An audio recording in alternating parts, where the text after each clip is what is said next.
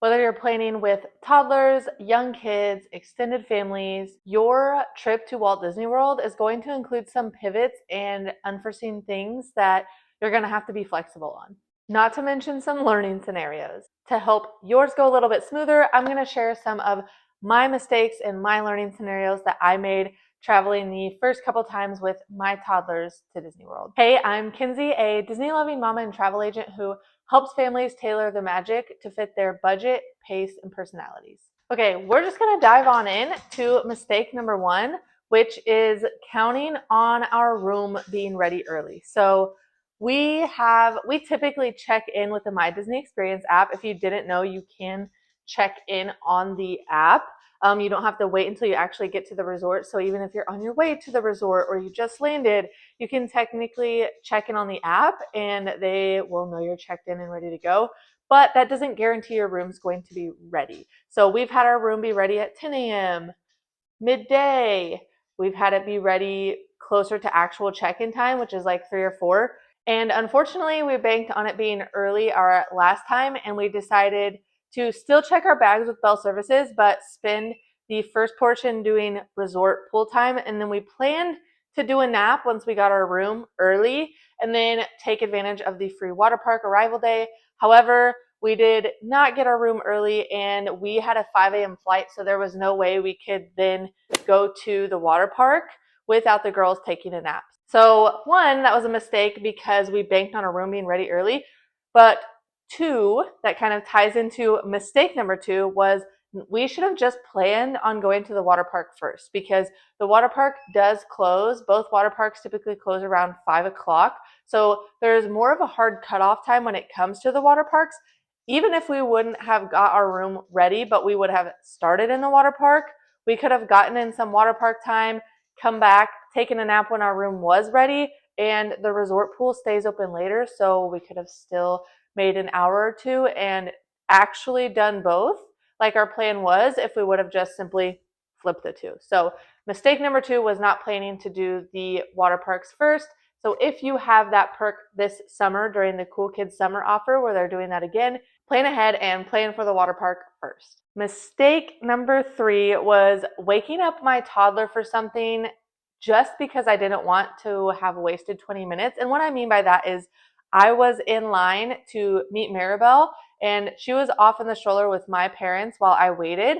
And when we got closer to the line, she had fallen asleep. And she was tired. She was basically asleep without even leaning back. I will put a picture here so you can just see how passed out she was. And I made the mistake of waking her up just because I didn't want to have wasted 15, 20 minutes in line.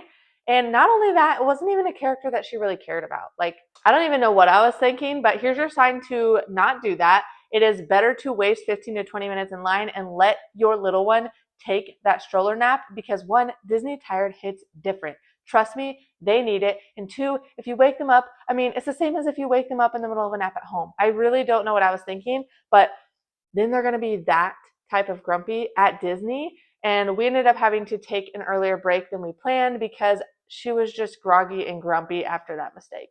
Mistake number four, probably one of my biggest and worst mistakes so far, is not double checking the transportation schedule, specifically the Skyliner. So the last trip, we've taken our girls to Disney twice so far with another one this year. And the first one, my family, like my sister's family and my parents were with us. The second time last year was when it was just the four of us and my girls were 1.5 and 3.5. So we stayed at Art of Animation. I had a breakfast reservation for 7:30 at Topolino's Terrace, which is at Riviera. If you don't know, the Skyliner can take you from Art of Animation to Riviera. And the reason that I made it at 7:30 is because I was like, this is perfect. The Skyliner opens at 7. We'll wake up. We'll get on the Skyliner. It'll be there. Perfect timing. So we get there in line for the Skyliner like 6:57, like just a couple minutes before it opened. Then it was 7, then it was 7:02, then it was 7:05, and I was like, why aren't they opening this? I step around to look at the sign, doesn't open until 7:30. So then we were rushing around. We tried to grab an Uber, just like a normal Uber, but they didn't have car seats. So then we had to order a minivan because we knew they had car seats. And then we got there and the driver actually told us to go the wrong way in the resort. That's a whole nother thing. But luckily, Disney has a grace period of 15 minutes, I believe, for the dining reservations. So it ended up being fine. But starting your morning off rushed and rushed with toddlers, no less, is just not how you want to do it. This is your sign to double check the transportation options when they open and what your options are generally. Mistake number 5, not planning and bringing medicine just in case. I understand that the last thing you want to do on vacation is get sick, and maybe you're like, I don't want to put that juju out there. If I pack the meds, somebody's going to need them, somebody's going to get sick. But trust me, you would rather have them and not get sick than get sick and not have them. So on our February trip, luckily my girls didn't get sick, but my husband got a stomach bug. Like day one, when we were flying out, he's like, my stomach doesn't feel right. I think I'm just nervous about flying, blah, blah, blah. He was a mess, like all trip, off and on. I will say he was a trooper, but we had to buy medicine from the Disney gift shop. So you can guess how quickly that added up. So this is your sign to pack ahead. Bring some Pepto, bring some ibuprofen, bring some children's Motrin, bring whatever you think you could need to kind of help push through, so that if you can push through with some medicine, you get to do that. You have the meds ahead of time and you can still enjoy your Disney vacation. Mistake number 6, and this is why I always say plan for a break, even if it's an in-park break, even if it's short, even just plan for a break, because we did not plan for a break.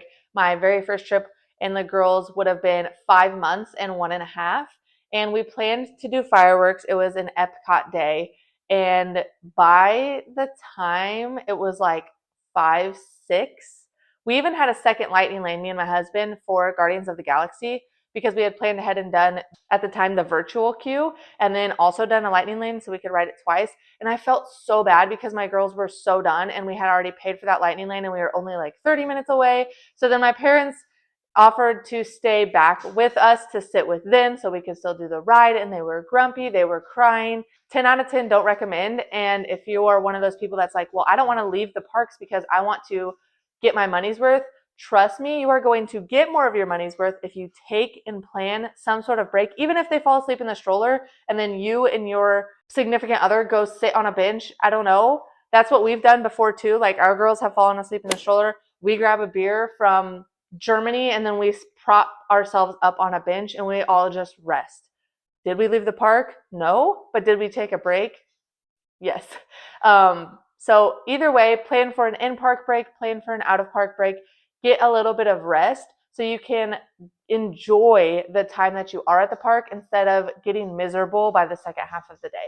And then the last mistake kind of ties in and builds off of number 6 is when you are planning for a break, even if you are planning for a break, prepare for the in-park break or any scenarios. So even if you're like, we are coming back to the resort, no matter what, we will be back.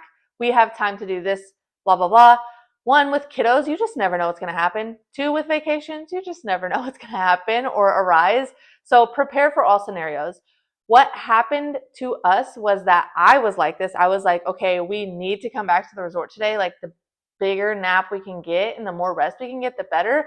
And then when we come back, I will grab their pants and an extra jacket because I know we want to watch Fantasmic tonight and it's by the water and it's February. It's going to be cold. Right when we were about to leave the park, they fell asleep in the stroller. And so we kind of made a decision because if we got on the Skyliner to go back to Art, we were going to have to fold up the stroller, wake them up, and then they probably wouldn't have laid back down. Moms, you know what I'm talking about. So we decided they're already asleep. We pulled the what is that called? The covers all the way over them.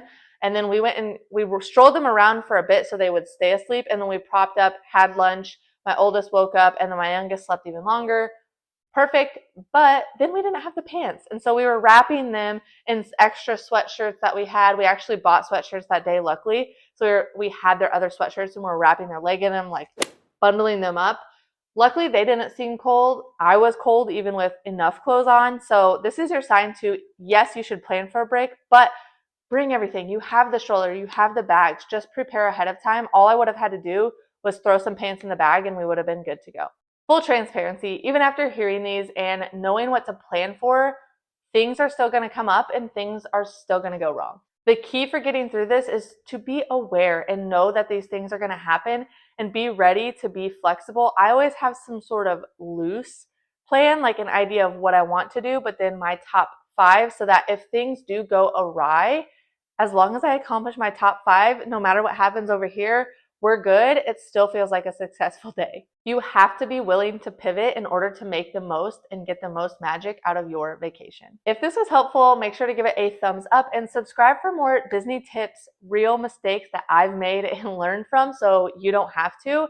And comment below if you have any specific questions when it comes to taking your family to Walt Disney World. And as a reminder, I do help all of my families navigate through this, answer questions, and plan vacations specifically to them and what they are looking for. So if you're interested in getting started with planning a vacation today, I'm going to drop my link below. Until next time, keep chasing the moments that make your family's magic. Bye.